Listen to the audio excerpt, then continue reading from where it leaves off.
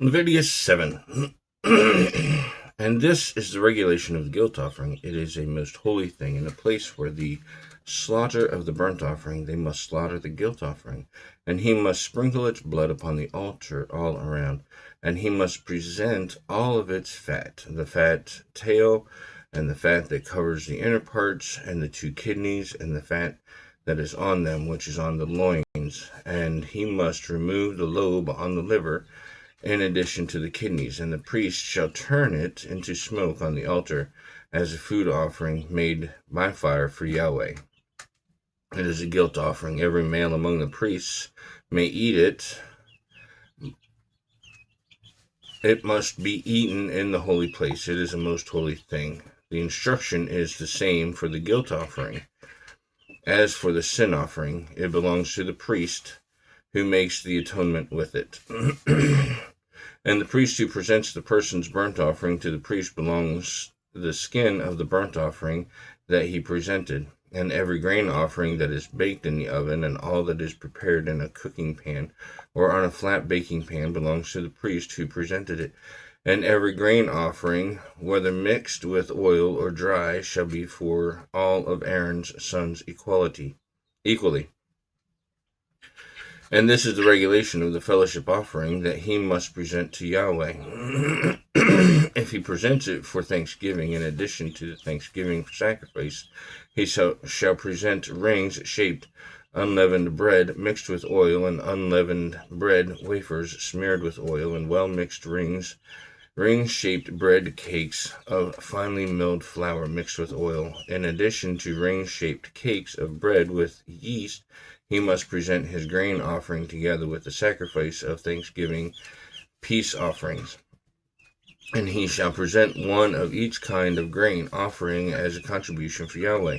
It belongs to the priest who sprinkles fellowship offerings blood. And the meat of the sacrifice of his thanksgiving fellowship offerings must be eaten on the day of his offering. He must not leave it until morning. But if his sacrifice is for a vow, or as a free will offering, it must be eaten on the day of his presenting his sacrifice. On the next day, the remainder from it may be eaten, but the remainder from the sacrifice's meat must be burned up in the fire on the 3rd day.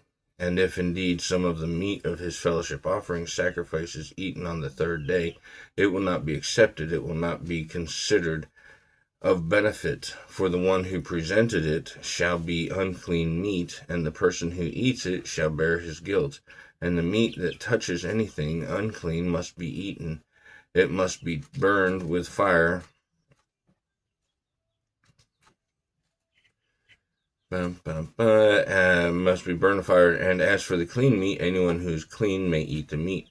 And the person who eats the meat from the fellowship offerings sacrifice, which is for Yahweh, and whose uncleanness is upon him, that person shall be cut off from his people. And when a person touches anything unclean, whether human uncleanness or unclean animal, or any unclean detestable thing, and he eats from the meat of the fellowship offering sacrifice, which is for Yahweh, then that person shall be cut off from his people. Then Yahweh spoke to Moses, saying, Speak to the Israelites, saying, You must not eat any fat of the ox or the sheep or the goat, and the dead body's fat or mangled carcass's fat may be used for any purpose, but you certainly must not eat it. When anyone eats fat from the domestic animal from which he presented an offering made by fire for Yahweh, then that person who ate shall be cut off from his people.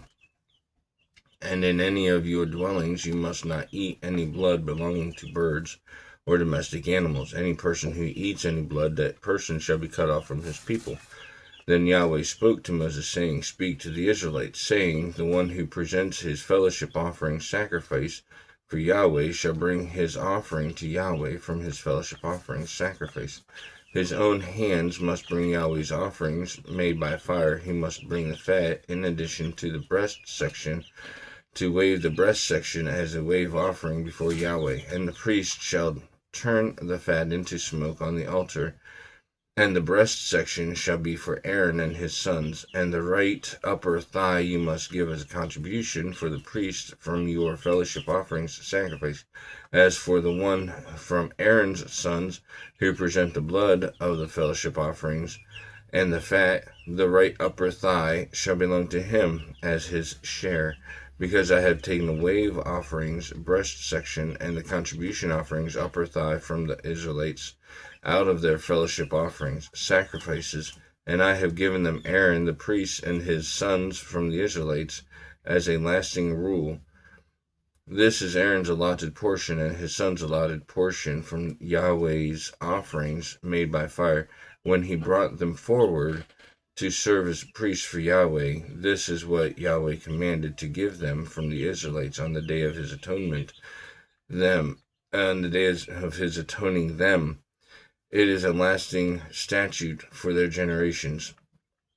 This is a regulation for the burnt offering, for the grain offering, and for the sin offering, and for the guilt offering, and for the consecration offering, and for the fellowship offering sacrifice, which Yahweh commanded Moses on the Mount Sinai on the day of his commanding the Israelites to present their offerings to Yahweh in the desert of Sinai.